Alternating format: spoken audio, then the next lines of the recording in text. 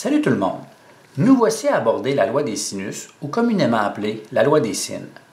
La loi des sines s'applique dans tous les types de triangles, mais pour ma part, je vais considérer qu'il est préférable de l'utiliser seulement lorsque nous sommes en présence de triangles quelconques. Bonne écoute! Lorsqu'on parle de triangle quelconque, cela signifie qu'il n'y a pas d'angle de 90 degrés, il n'y a pas d'angle droit qui sont visibles. On observe des triangles qui n'ont aucune caractéristique commune, et de toute manière, si jamais on voulait nous présenter un triangle avec un angle droit, il y aurait un triangle avec le petit symbole qui manifeste hors de tout doute l'angle de 90 degrés. Ce qui n'est pas du tout le cas dans les triangles qui sont ici présents. Qu'est-ce que la loi des sines? Eh bien, a priori, la loi des sines, c'est une proportion. Elle se décline de cette manière. A sur sin de A, B sur sin de B et C sur sin de C. Par le passé, j'utilisais cette forme, sin de A sur A, sin de B sur B, sin de C sur C, mais je me suis rendu compte que la majorité des ouvrages n'utilisaient pas cette présentation. Mais sachez qu'il est tout de même possible de la voir de cette manière. La plus commune demeure néanmoins celle-ci présente. C'est celle que nous utiliserons. Vous vous souvenez des rapports trigonométriques dans les triangles rectangles? SOHCAHTOA, et où il fallait distinguer les côtés? En face de l'angle droit, il y avait toujours l'hypoténuse. On sélectionnait un angle, et juste devant cet angle, il y avait le côté opposé, et il demeurait le côté adjacent.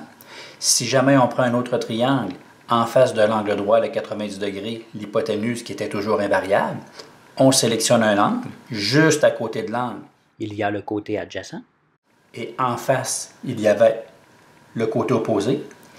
Eh bien, dans la loi des sinus, il n'y aura que les côtés opposés aux angles qui auront de l'importance. C'est-à-dire que si on considère qu'on utilise les triangles quelconques, il faudra identifier les triangles à l'aide de lettres majuscules de manière à identifier le triangle. Et on se souvient que devant le sommet A, il y a le côté petit a. Devant, à l'opposé du sommet B, il y a le côté petit b. Et juste en face de l'angle C, il y a le côté petit c. Eh bien, pour appliquer la loi des sinus, nous aurons besoin d'associer et le côté et l'angle qui lui concorde. Nous aurons besoin d'associer le petit b à l'angle qui le concorde, c'est-à-dire le sommet B. Et la loi des sinus, en réalité, elle travaille comme une proportion, c'est-à-dire que le côté concorde avec le sinus de l'angle qui est associé, le côté B est associé au sinus de l'angle grand B qui lui correspond, et de la même manière, le côté C concorde avec sinus de C. Il faut vraiment associer l'angle avec le côté opposé. Il faut vraiment associer l'angle avec le côté opposé. À noter que le plus long des côtés ne s'appelle pas hypoténuse. Pourquoi? Parce qu'il n'y a pas d'angle droit, c'est-à-dire que s'il n'y a pas d'angle droit, il n'y a pas d'hypoténuse bien important. Pour l'instant, rappelons-nous que la loi des sinus, c'est une proportion, qu'il est impossible d'utiliser les rapports trigonométriques sinus, cosinus, tangente. Ici, c'est le sinus de l'angle. Ce n'est pas sinus comme dans SOHCAHTOA, sinus opposé sur hypoténuse ou tangente opposée sur adjacent. On ne peut pas utiliser les rapports trigonométriques car il n'y a pas d'angle droit. Si jamais on est en présence de triangle rectangle, eh bien, oui, la loi des sinus peut s'appliquer dans de tels triangles, mais par contre, il n'est pas conseillé de l'utiliser. Lorsque nous avons des angles droits, on conservera les rapports trigonométriques. Maintenant, allons voir comment utiliser la loi des sinus via des exemples. Voici donc comment faire la recherche de mesures manquantes dans un triangle quelconque. On utilise la loi des sinus, c'est-à-dire A sur sin de A, B sur sin de B, C sur sin de C. On l'utilise seulement dans les triangles quelconques, c'est-à-dire lorsqu'il n'y a pas d'angle droit. On pourrait l'utiliser tout de même dans les triangles rectangles, mais comme je l'ai dit précédemment, je vais considérer qu'on utilise ceci seulement s'il n'y a pas d'angle droit. Exemple. Détermine la mesure du côté XY. On nous demande de trouver la mesure du côté qui se situe juste ici. Premièrement, on voit un triangle avec un angle de 80 et un angle de 55 degrés et une mesure de côté qu'on nous donne. Il n'y a pas d'angle droit, c'est donc dire que la loi des sinus est probablement tout désignée pour trouver ce qui nous intéresse juste ici. Si on poursuit notre analyse avec le triangle ici juste à droite, on regarde qu'il y a un triangle, mais qu'il ne possède pas d'angle de 90 degrés. C'est donc dire que la loi des sinus, comme je le dis, elle est parfaitement désignée dans les présents cas parce qu'il n'y a pas de 90 degrés. OK, on souhaite trouver la mesure du côté XY. On nous donne deux angles. Il est bon de savoir, il est bon de prendre conscience que dans la loi des sines, le côté est associé à son angle opposé. C'est donc dire que l'angle et le côté sont associés entre eux exactement de la même manière que l'angle 80 degrés est associé au côté qui vaut 30 mm. Oui, on me parle bien ici de l'angle de 55 qui sera associé avec le côté opposé ici qui serait le côté ZY, mais puisqu'on me parle de ce côté-ci, c'est absolument l'angle Z que j'ai besoin et j'ai besoin d'utiliser deux autres informations qui correspondent. Mais je ne connais pas la fameuse mesure de l'angle Z. Rappelons-nous la caractéristique assez simple que dans les triangles, la somme des angles intérieurs correspond toujours à 180 degrés. Eh bien, nous allons utiliser cette caractéristique-ci pour déterminer la mesure exacte de l'angle Z. C'est-à-dire qu'on prendra 180 et on enlèvera le total des deux angles. Si on prend 180 et qu'on enlève 80 et 55, on obtient que la mesure de l'angle Z vaut 45 degrés. Donc, juste ici, la mesure est de 45 degrés. Il n'y a aucun piège présent dans le présent triangle, si ce n'est que de déterminer l'angle qui vaut 45. Associons maintenant la loi des sinus pour aller chercher la mesure du côté qui nous intéresse. La loi des sines, on sait qu'elle correspond à A sur sin de A, B sur sin de B, C sur sin de C. Dans l'exemple qui est juste ici, j'ai pris sur moi de mettre les lettres qui correspondaient à l'identification du triangle en question. Ça fait qu'on va associer Z avec sin de Z et Y avec sin de Y. On aurait très bien pu prendre X avec sin de X, mais comme on ne connaît pas le côté, il n'y a pas d'intérêt. Ça fait allons-y maintenant, le côté associé au sinus de l'angle qui lui est opposé. Sinus 45 va avec le côté XY, le côté XY va avec sinus 45. De la même manière, le fameux côté 30 mm va avec le sinus de 80 et on dira que 30 va avec sinus de 80. Lorsqu'on est rendu ici, il y a simplement une proportion qui nous est présentée et on effectuera 30 fois sinus 45 divisé par sinus 80 pour arriver à la mesure de XY, tout simplement en passant via un produit croisé. En agissant de la sorte, qu'est-ce qui arrivera? C'est que XY sera égal à 30 fois sinus de 45, 30 fois sinus de 45 divisé par sin 80. On utilise la calculatrice. Vérifions qu'est-ce qu'il arriverait avec le calcul. Assurez-vous que la calculatrice soit bien en degrés et effectuons 30 fois sinus 45. Je vais appuyer sur la touche égale pour être certain que la division divisée par sinus 80 s'effectue sur la bonne valeur et on obtient 21,5404. 21,54. On ne le demande pas, mais si jamais on voulait arrondir au centième, on laisserait la valeur pour la mesure du côté XY comme étant environ 21,54 mm. Pourquoi? Parce que les données initiales du problème, au niveau du côté, elles étaient en millimètres. Ça veut dire que le côté XY vaut environ 21,54 mm. Comment avons-nous procédé? On a trouvé l'angle qu'il nous manquait, de manière à associer l'angle avec son côté, l'angle avec son côté, mais bien important de les associer via la loi des sinus. J'ai mis les lettres qui correspondaient au sommet Z avec le côté, ici, et j'ai mis le côté XY via le sinus du 45. Tout simplement appliquer une proportion et on obtient la réponse souhaitée pour le côté en question.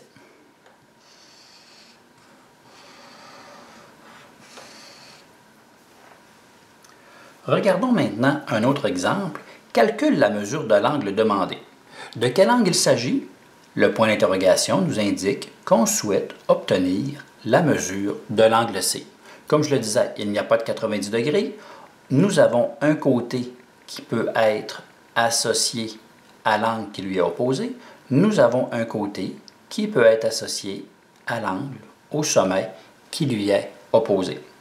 J'ai marqué ici à la limite du piège dans cet exemple-ci. Pourquoi? Parce qu'on cherche un angle et il y aura une manipulation additionnelle à effectuer en comparaison avec l'exemple ici, où est-ce qu'on voulait seulement trouver la mesure d'un côté. Ce que regardons. J'ai conclu qu'il n'y avait pas d'angle droit. Je vais utiliser la loi des sines, ce qui s'applique comme étant B sur sin de B, C sur sin de C. Pourquoi? Parce que j'ai utilisé le sommet B, je prends le petit b, j'utilise le sommet C, j'utilise le petit c. Donc, la formule, la loi des sines, on garde toujours seulement deux membres de manière à pouvoir effectuer une proportion. On sait que le 16,8 est associé avec le sinus de 59. On sait que 16,8 est associé au sinus de 59. De la même manière, 13 est associé au sinus de quoi? Au sinus du sommet C. 16,8 sur sinus de 59 est égal à 13 sur sinus de C. Nous, ce qui nous intéresse, c'est de trouver la mesure de l'angle C. On effectuera de la même manière une proportion, c'est-à-dire que 13 fois sinus 59 divisé par 16,8 nous donnera sinus de C. Et voyez-vous, lorsque je dis que 13 fois sinus de 59 divisé par 16,8 correspond à sinus de C, eh bien c'est vraiment le sinus de C qui est le terme ici entier qui correspondra à la réponse de la proportion. On effectue le calcul 13 fois sinus 59. J'appuie sur égal, j'effectue la division par 16,8 et on obtient 0,6632,8. On obtient 0,66. Ce qu'il faudra écrire, c'est que le 0,6632,8, étant donné que nous devons arrondir 4 chiffres après la virgule, il deviendra 0,6633. Mais le fameux 0,6633, c'est sinus de C. Pour avoir l'angle, rappelons-nous, lorsque nous étions dans les rapports trigonométriques, qu'il fallait effectuer cos-1, tan-1 ou sin-1.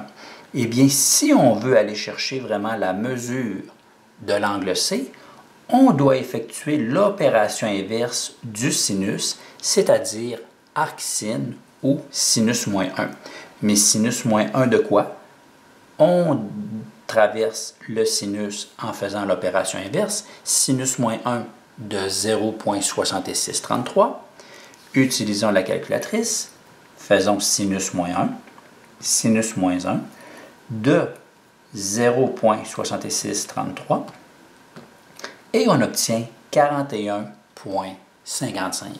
Ce qu'on voit apparaître ici, c'est que l'angle C vaut vraiment 41,55 degrés, ou de manière plus précise, on pourrait dire que la mesure de l'angle C vaut environ, j'ai écrit 41,6. Pourquoi?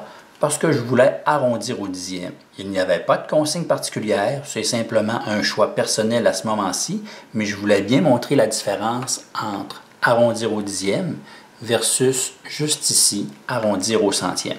Ça fait qu'on arrondit au dixième, c'est-à-dire que nous allons voir juste après le 5 qu'est-ce qu'il y a. Le 5 fait basculer l'autre valeur du 5 et on dira que ça vaut 41,6. Ainsi, ce qu'on nous demandait, c'était de calculer la valeur de l'angle qui était demandé. On voulait l'angle C. Oui, c'est l'angle C. Mais on pourrait dire que c'est l'angle ACB.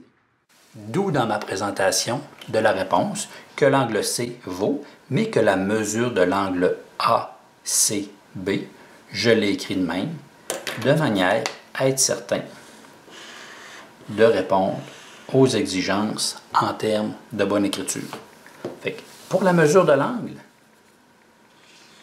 on vient de le déterminer. De quelle manière? En utilisant la loi des sines, mais simplement vous rappeler que puisque nous allons trouver un angle, il faudra effectuer une petite manipulation additionnelle, c'est-à-dire l'opération inverse du sinus, qui sera sinus moins 1. Dans les deux cas, qu'est-ce que nous avons utilisé? Nous avons utilisé la loi des sinus et nous étions en présence de triangles quelconques. Peu importe qu'on vous demande de trouver la mesure d'un côté ou qu'on vous demande de déterminer la mesure d'un angle, c'est les deux possibilités qui s'offrent à vous dans les triangles quelconques, c'est-à-dire lorsqu'il n'y a pas d'angle droit. On utilise une belle proportion, il faut faire attention et être vigilant. On écrit la formule de la loi des signes, on associe les bons côtés et les bons angles entre eux. Lorsqu'arrivera le temps de trouver la mesure de l'angle, il faut faire attention parce qu'il arrivera une petite manipulation additionnelle, mais globalement, c'est vraiment de cette manière que vous procéderez. Voilà, allons voir d'autres exemples avec d'autres caractéristiques. Si jamais il advenait qu'on parle d'un angle obtus, c'est-à-dire qu'il y a un constat particulier en lien avec les angles obtus. En mathématiques, on sait, nous avons découvert que le sinus de A, le sinus d'un angle, est équivalent à sinus de 180 moins A. Le sinus de l'angle est égal à 180 moins le sinus de 180 moins cet angle. Bon, ceci est une nouvelle particularité que nous n'avions aucunement en tête, mais il faut à partir de maintenant songer que ceci existe. Utilisons la calculatrice. Sinus de 100. Sinus de 100, quelle est sa valeur? Lorsqu'on regarde ceci, on trouve que la valeur est 0,9848. Donc, sinus de 100, 0,9848. Faisons tout simplement le sinus de 80. Sinus 80, on vérifie et on obtient, oh, surprise, on obtient exactement le même résultat de 0,9848. C'est donc dire que le sinus de 100 degrés est équivalent au sinus de 80. C'est directement en concordance avec ce qu'il y a ici. Si je prends sinus de A, sinus de 100, si je fais plutôt 180 moins 100, eh bien 180 moins 100, il me reste 80. Voyez-vous la subtilité? Parfois, on pensera que c'est 80, mais si jamais c'est un angle obtus, c'est-à-dire que si c'est un angle de plus de 90 degrés, le résultat sera le même. Il y aura vraiment une astuce, il y aura vraiment une mise en garde très très importante à faire ici. Regardons avec une autre situation. Sinus de 10 degrés. Effectuons un calcul. Sinus de 10 degrés, on trouve 0,1736.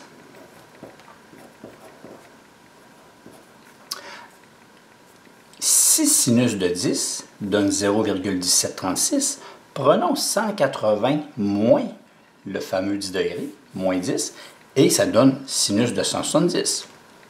La logique voudrait que sinus de 170 donne exactement la même chose, ce qu'on voit comme étant bien le cas juste ici, 0,1736. Voyez-vous, vous avez la preuve que lorsqu'on prend 180 et qu'on enlève le fameux 10 degrés, ça nous donne le 170 et le sinus de 10, 0,1736, correspond à sinus de 170, la valeur qu'on a obtenue exactement la même. Le supplément, je parle de supplément parce que lorsqu'on parle d'angle supplémentaire, ça nous donnait l'équivalent de 180 degrés. Eh bien, le supplément, le reste du 180, parce qu'on fait 180 moins 10, le reste, le 170, ça nous donne exactement le même résultat. Que l'on parle de 100 ou de 80, on obtient une valeur. Qu'on nous parle de 10 ou de 170, on obtient la même valeur. Regardons qu'est-ce qui pourrait advenir lors d'un cas un peu plus concret? Si nous avons sinus moins 1 de 0,6691, effectuons le calcul, arcsin, donc deuxième fonction sinus, arcsin de 0,6691.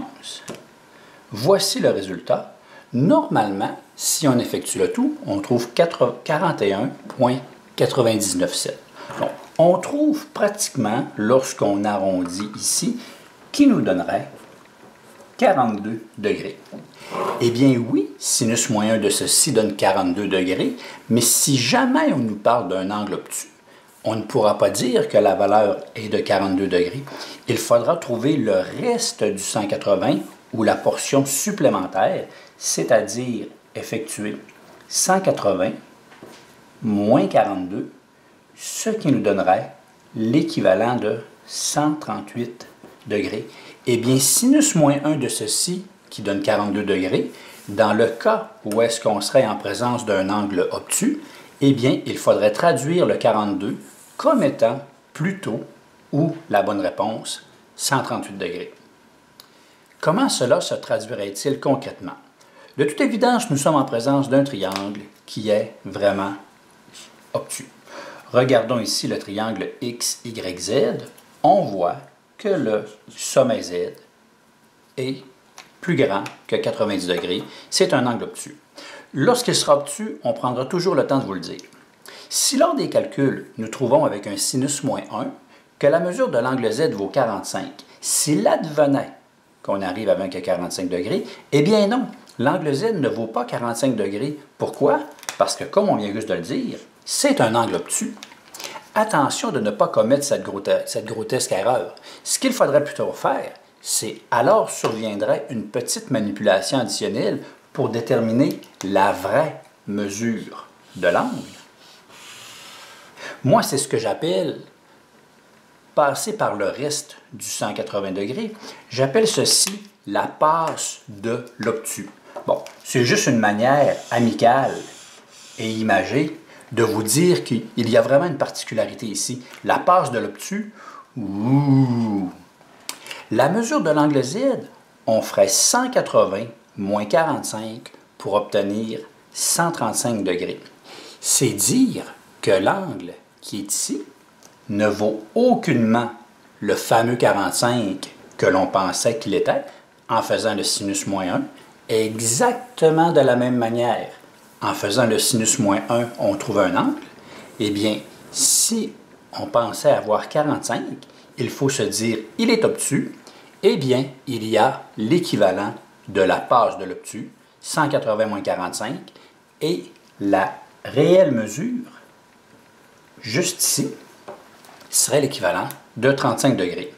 Et à ce moment, ici, tout prend son sens en lien avec ce qu'on vient de voir pour le principe d'un angle obtus lorsqu'on cherche soit les côtés, soit la mesure de l'angle. Mais particulièrement ici, on pense à un angle obtus.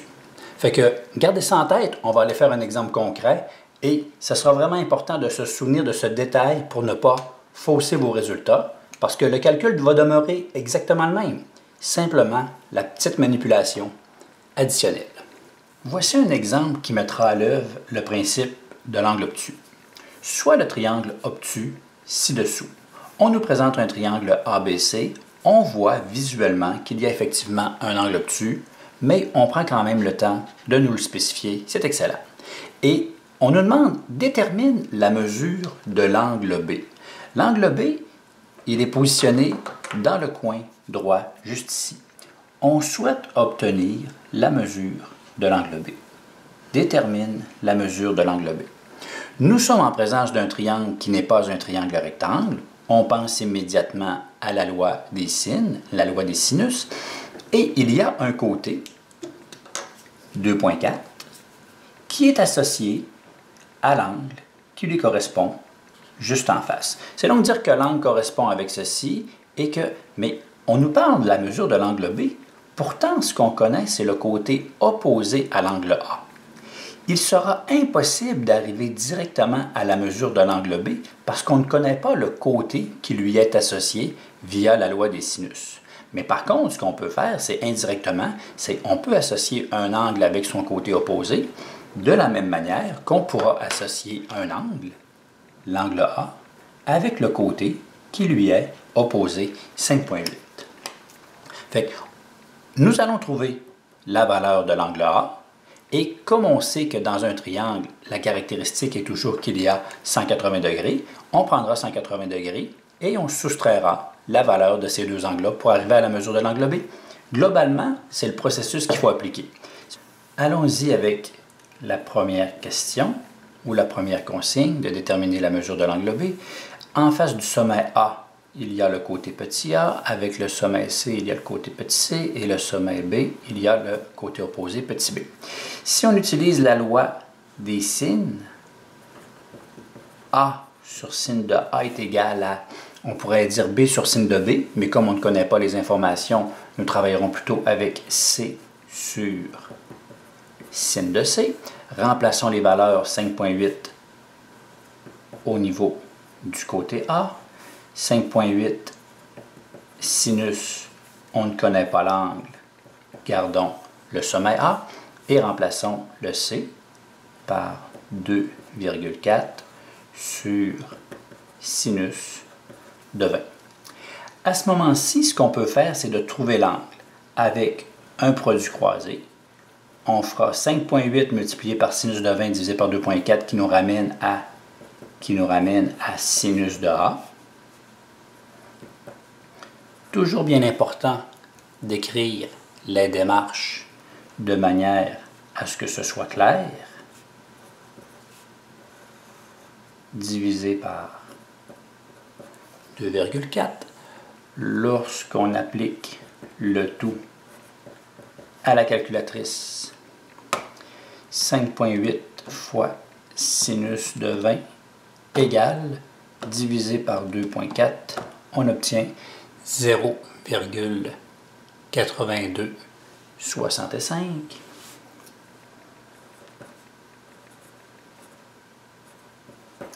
Et puisqu'on cherche vraiment la mesure de l'angle,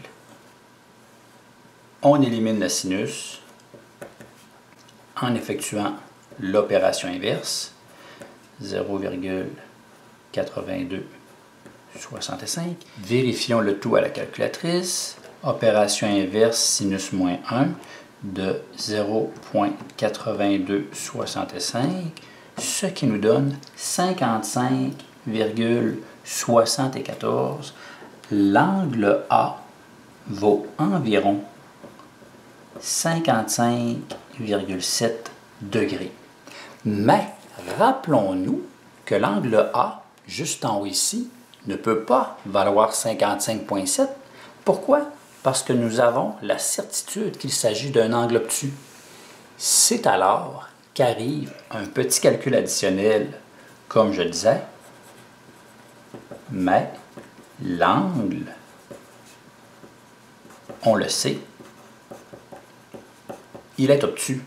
Et c'est là que je vous disais, on va faire ce que j'appelle la passe de l'obtus, c'est-à-dire que la mesure de l'angle A, elle vaut le supplément de 180. Allons chercher le reste qui nous amène jusqu'à 180. 180 moins 55,7. Puisque la réponse est approximative, la réponse sera aussi approximative ici, ce qui nous donne que la réponse est 124,3 degrés. Eh bien, la mesure de l'angle A vaut 124. Je le mets tout simplement de couleur orangée parce que dans la couleur que j'avais utilisée juste ici, c'était 124,3 degrés. Mais nous n'avons pas encore répondu à la question parce que rappelons-nous que la question c'était « Détermine la mesure de l'angle B ». Nous avons la mesure de l'angle C qui est 20, nous avons la mesure de l'angle A qui vaut 124 et 3 dixièmes de degré, mais la mesure de l'angle B, simplement considérer que dans un triangle, la somme des angles vaut 180 degrés. Dans un triangle, la somme des angles intérieurs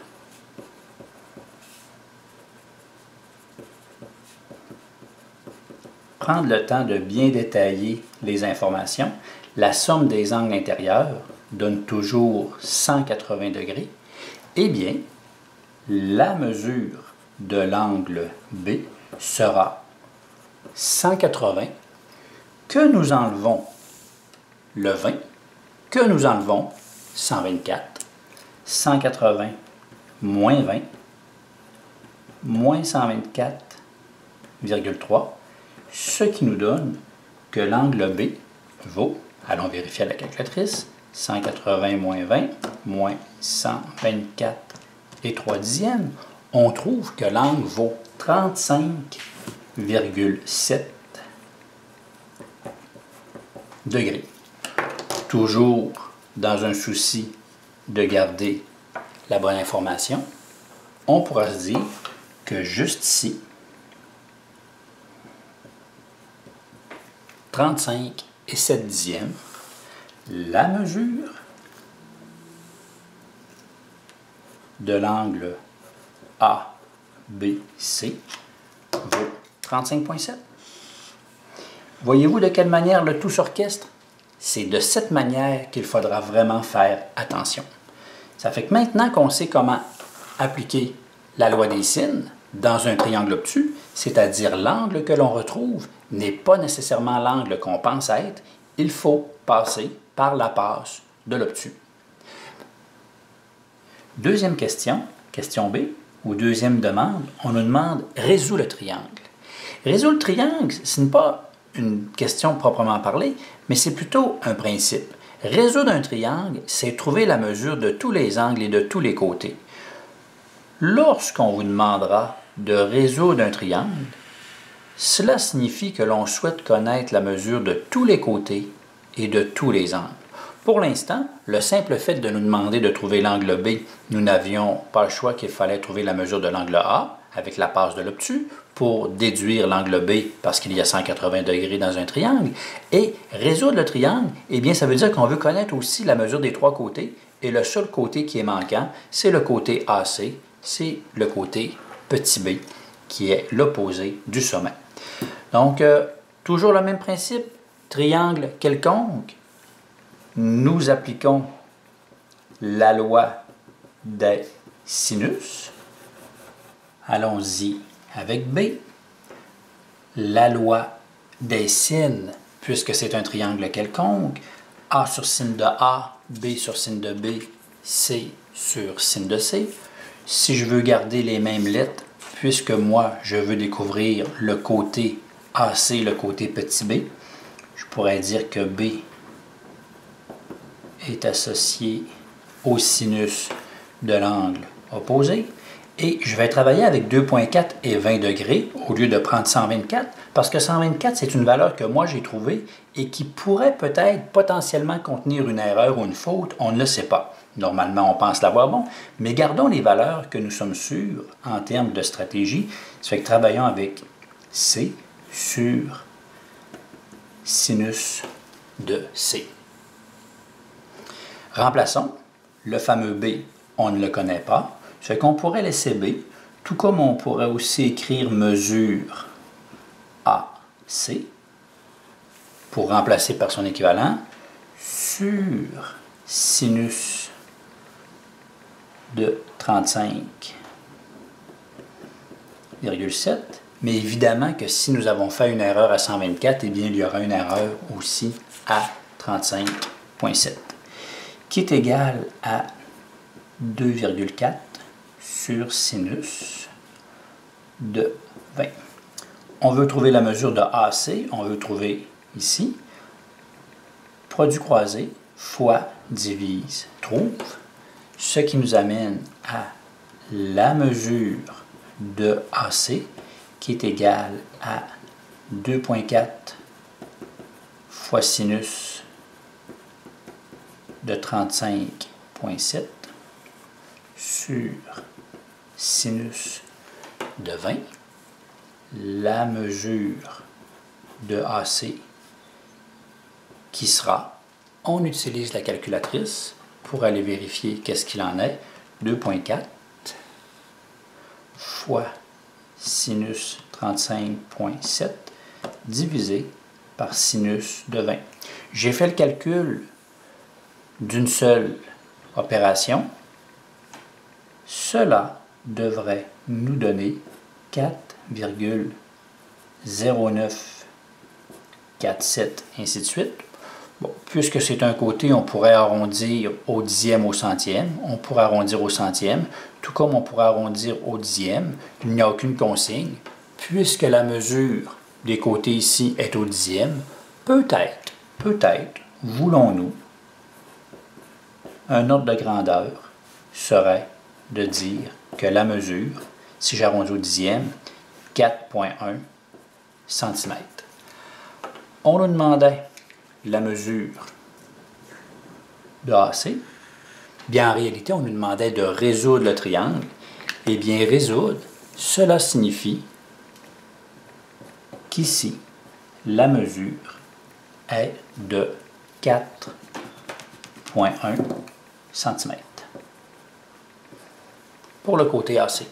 Et nous avons la mesure de toutes les mesures, ce qui fait que résoudre le triangle, nous avons tout ce qu'il y en est. Nous avons utilisé la loi des sines, nous avons trouvé la mesure d'un côté, nous avons trouvé la mesure d'un angle qui est un angle obtus. Vous avez là un problème qui est relativement complet si on regarde la totalité de ceci. Passons à un exemple un peu plus complexe. Nous avons vu la loi des sinus dernièrement, ainsi que les rapports trigonométriques SOHCAHTOA. Eh bien, nous avons ici un problème qui combinera les deux notions, l'utilisation des diverses connaissances. Soit j'ai une montgolfière qui se déplace horizontalement. Nous avons une montgolfière qui change de position de gauche à droite ou de droite à gauche, peu importe, on ne le dit pas. Une chose est sûre, c'est qu'elle se déplace horizontalement, c'est-à-dire qu'elle n'est pas plus haute, elle n'est pas plus basse, elle demeure au même niveau. Selon un observateur au sol, nous avons probablement ici le sol avec un observateur qui se situerait ici. Eh bien, voici diverses informations. On sait que la distance d'une position à l'autre, c'est 650 mètres. L'angle ici vaut 142 degrés et l'angle, lorsqu'elle est déplacée, elle vaut 25 degrés. À quelle altitude se déplace-t-elle? Bien évidemment qu'on parle de la montgolfière. On veut savoir à quelle hauteur la montgolfière se situe. Ici, là, nous avons vraiment un beau problème pour les pros et faites bien attention, pensez à tout et mettez tout votre savoir à l'œuvre. Le genre de problème qui est là, je le qualifierais d'un genre de classique qu'il faut maîtriser. Et à ceci, arrangez-vous pour trouver ce que je dirais amicalement l'introuvable. Vous pensez qu'il est difficile de trouver la réponse? Eh bien, trouvez ce que vous pensez comme étant introuvable. Bon, à quelle altitude se déplace la montgolfière?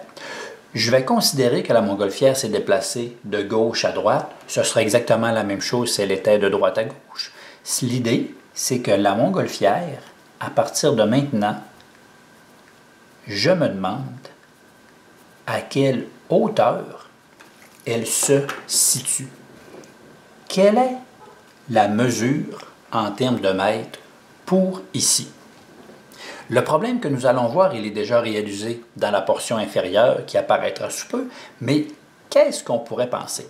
Une hauteur a la caractéristique de s'abaisser perpendiculairement. C'est donc dire qu'ici, il apparaît un triangle rectangle. Qui dit triangle rectangle pense rapport trigonométrique. OK, nous avons un triangle rectangle. Nous ne connaissons pas l'angle qui est ici, pas plus que nous connaissons l'angle qui est là, quoique on pourrait faire une certaine déduction parce qu'ici, il y a aussi un angle qui pourrait être complémentaire avec le 25. Lorsque je parle de complémentaire, ça veut dire qu'il y a un 90 degrés qui pourrait faire le total des deux angles. Mais officiellement, on ne le connaît pas. Je ne connais surtout pas la mesure au sol, je ne connais pas la hauteur, pas plus que je ne connais l'hypoténuse qui est juste en face du 90 degrés dans le nouveau triangle que j'ai formé. Finalement, je n'ai aucune information ici. Tout ce que j'ai comme information, c'est vraiment dans la portion supérieure. Dès que nous avons deux angles dans un triangle, moi je vous dirais qu'il serait terriblement simple, en premier, de venir trouver la mesure de l'angle qui est juste ici. D'accord, avec 142 et avec 25, on pourrait trouver la mesure de l'angle 1. Ce qui est fait juste ici, trouver la mesure de l'angle 1, portion facile, 180 moins 142 moins 25, 13 degrés. Pourquoi? Parce qu'on sait que dans tous les triangles, la somme des angles intérieurs est toujours de 180 degrés, ce qui nous amène ici avec un 13 degrés. Maintenant, j'ai ceci. Moi, j'aimerais bien avoir une mesure qui me permettrait de descendre, non pas dans le triangle supérieur formé par le déplacement de la montgolfière et l'observateur au sol, mais j'aimerais bien avoir une mesure qui me permettrait de travailler dans le triangle en termes de portion inférieure. Comment faire pour avoir une mesure ici? Eh bien, nous savons que 13 degrés, nous avons un triangle quelconque qui pourrait être associé au côté opposé, et avec l'angle de 142, eh bien, je pourrais trouver la longueur totale ici via la loi des sines. Fait que la deuxième chose qu'on pourrait faire, ce serait de trouver la mesure de ce grand côté dans le triangle au niveau de la portion supérieure, et ceci serait avec la loi des sines. Pourquoi qu'on travaille avec la loi des sines? Parce qu'il n'y a pas de 90 degrés. Trouver la mesure du côté 2, A sur signe de A, B sur signe de B. Il n'y a aucune appellation au niveau des identifiants sur la figure. Je peux utiliser la formule de la sorte. Je vais dire que la mesure 2 sur sinus 142 correspond à 650 sur sinus de 13. 650 sur sinus de 13. La mesure 2 sur sinus 142. On effectue le petit produit croisé fois divise trouve. 650 fois sinus 142 divisé par sinus de 13. 2 est égal à le calcul. Et on trouve que 2 vaut 1778,96 mètres ou environ 1779 mètres. J'ai tout simplement fait le choix ici d'arrondir à l'unité sans qu'on nous le demande parce que je considérais que c'était un ordre de grandeur qui était valable. Maintenant qu'on sait que c'est 1779 mètres, prenons le temps de l'écrire ici, 1779 mètres. Nous avions deux angles. On a trouvé la somme dans un triangle qui est 180 degrés, 13 degrés. Avec la loi des sinus dans le triangle portion supérieure, on a trouvé le plus long côté qui vaut 1779. Et maintenant, je pourrais venir juste ici et c'est là qu'on dit qu'on pourrait s'inventer un triangle qui concorderait avec la portion angle droit ici. Eh bien, j'ai quand même besoin de l'information d'un des deux angles, même si je ne l'ai pas, mais j'ai déjà donné l'indice au début. Il pourrait arriver une troisième mesure, un troisième calcul, au niveau de l'angle qui est ici. Les deux angles sont adjacents complémentaires. Donc, déterminer la mesure de l'angle 3, 90 moins 25 nous donnera 65 degrés. Pourquoi? Parce qu'il s'agit d'un angle qui est complémentaire. Lorsqu'on est en présence d'angles complémentaires ou d'un angle complémentaire, cela signifie que le total est de 90 degrés. Parce que visuellement, le déplacement horizontal avec la verticale forme un angle ici de 90 degrés. Bon, on sait qu'ici, il y a 65 degrés. Nous sommes dans un triangle rectangle avec un angle et juste en face ici, nous connaissons qu'il s'agit de l'hypoténuse. Non pas l'hypoténuse dans la portion supérieure, mais l'hypoténuse lorsqu'on est dans le triangle inférieur. 90 degrés, hypoténuse, mesure, eh bien, on pourrait calculer la valeur de la quatrième mesure. Quelle est cette quatrième mesure?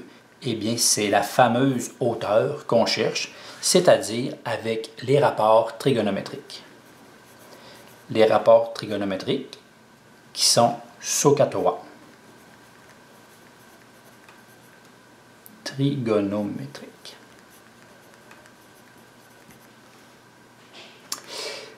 Je parle du cos. Qu'est-ce que je connais? Je connais 65 degrés. On connaît l'hypoténuse. Il y a juste ici l'opposé. Et juste à côté de l'angle, il y a l'adjacent qui représente la hauteur. Eh bien, nous voulons l'adjacent, nous voulons la hauteur, nous voulons l'adjacent, on connaît l'hypoténuse, tout ceci en considérant que 65 degrés est maintenant une valeur connue. Eh bien, SOHCAHTOA, cosinus, adjacent et hypoténuse sont mis en relation, cos de l'angle, cos de 65, adjacent sur hypoténuse, cos de 65, adjacent sur 1779, petit produit croisé, 1779 fois cos de 65 divisé par 1. Pourquoi divisé par 1? Simplement pour revenir à l'adjacent. On effectue le calcul et à l'aide de la calculatrice, on trouverait, fois divise trouve, que l'adjacent vaut 751,84 mètres, puisque j'avais arrondi à l'unité dans le calcul précédent. Eh bien, le 8 fera changer, fera augmenter le 1, de manière à savoir que l'adjacent vaut 752 et la montgolfière se trouve à une altitude d'environ 752 mètres pour ce qui est de la représentation qui est juste ici. Voyez-vous ce que nous avons dû faire? Très important de voir un problème de la sorte comme étant une totalité et vous dire qu'il est possible de combiner